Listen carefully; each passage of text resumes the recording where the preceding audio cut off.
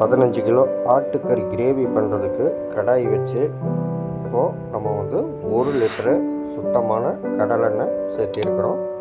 எண்ணெய் காயிற வரைக்கும் வெயிட் பண்ணலாம்.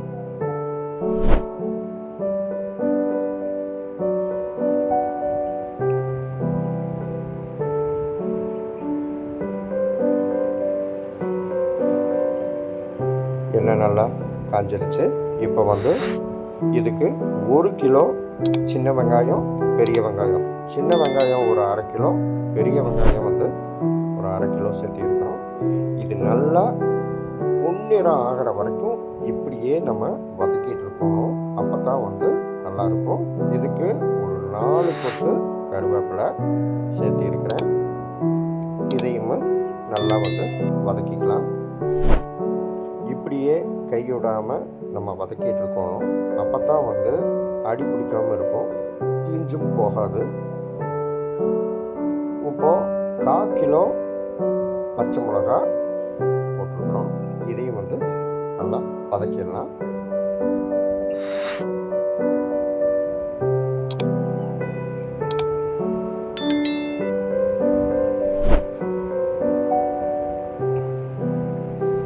நல்லா வதங்கணும். அடி பிடிக்காத அளவுக்கு, ஏன்னா நம்ம வந்து கேஸ் ஸ்டவ்வில் பண்ணுறதுனால அடி பிடிக்காத அளவுக்கு நல்லா வதக்கணும். அப்போ தான் வந்து டேஸ்ட் நல்லாயிருக்கும். இப்போ இதுக்கு வந்து ஒரு 1/2 கிலோ தக்காளி சேர்த்திருக்கிறேன். தக்காளி வந்து நல்லா வதங்கிருச்சு. நம்ம வந்து இப்போது பட்டை, கிராம்பு, சோம்பு பொடியை வந்து கரம் மசாலா பொடியை நம்ம வீட்டிலேயே அரைச்சி தான் சேர்த்திருக்கிறோம். இது வந்து இஞ்சி வந்து ஒரு 1/4 கிலோ சேர்த்திருக்கிறோம்.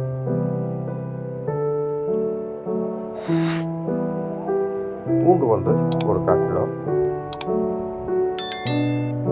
இது நம்ம வந்து இப்போ அடி விடாமல் நம்ம கலக்கணும். அப்போ தான் வந்து இஞ்சி பூண்டு போட்ட உடனே அடி பிடிக்கும், கீழே வந்து பற்றும். அதுக்காக நம்ம வந்து அடி பிடிக்காத அளவுக்கு நம்ம கிளறிடணும். இப்போ வந்து நாங்கள் 15 கிலோ ஆட்டுக்கறியை இதோட சேர்த்துறோம். இந்த 15 கிலோ ஆட்டுக்கறியை இந்த மசாலா கலவையோட நல்லா மிக்ஸ் பண்ணிடணும்.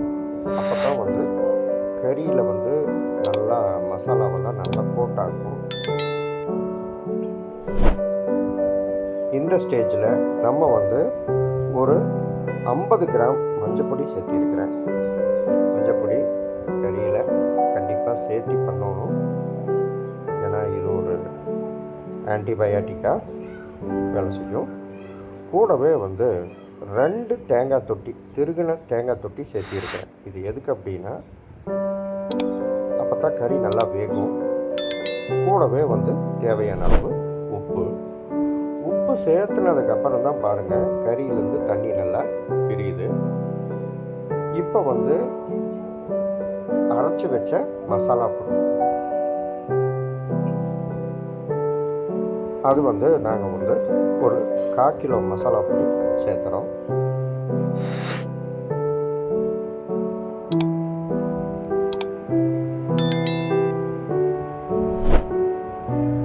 இது வெங்காயம் தேங்காய் விழுது.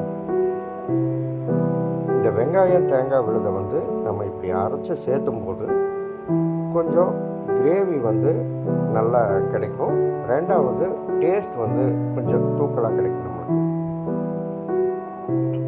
இந்த தேங்காய் தொட்டி போட்டால் கறியோட கெட்டித்தன்மை வந்து சீக்கிரமாக இலகிரும், சீக்கிரமாக வெந்துடும். அதுக்காகத்தான் இதை போடுறது.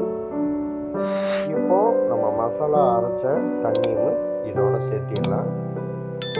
தேவையான அளவு கறி வேகிற அளவுக்கு தண்ணி சேர்த்தி மூடி வச்சிடலாம்.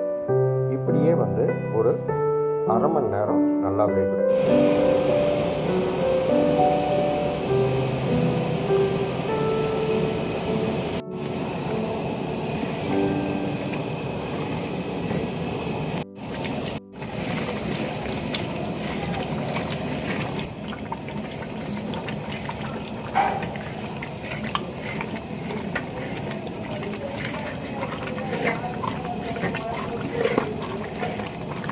இதே மாதிரி நீங்களும் செஞ்சு பாருங்கள். லைக் பண்ணுங்கள், ஷேர் பண்ணுங்கள், கமெண்ட் பண்ணுங்கள். நன்றி, வணக்கம்.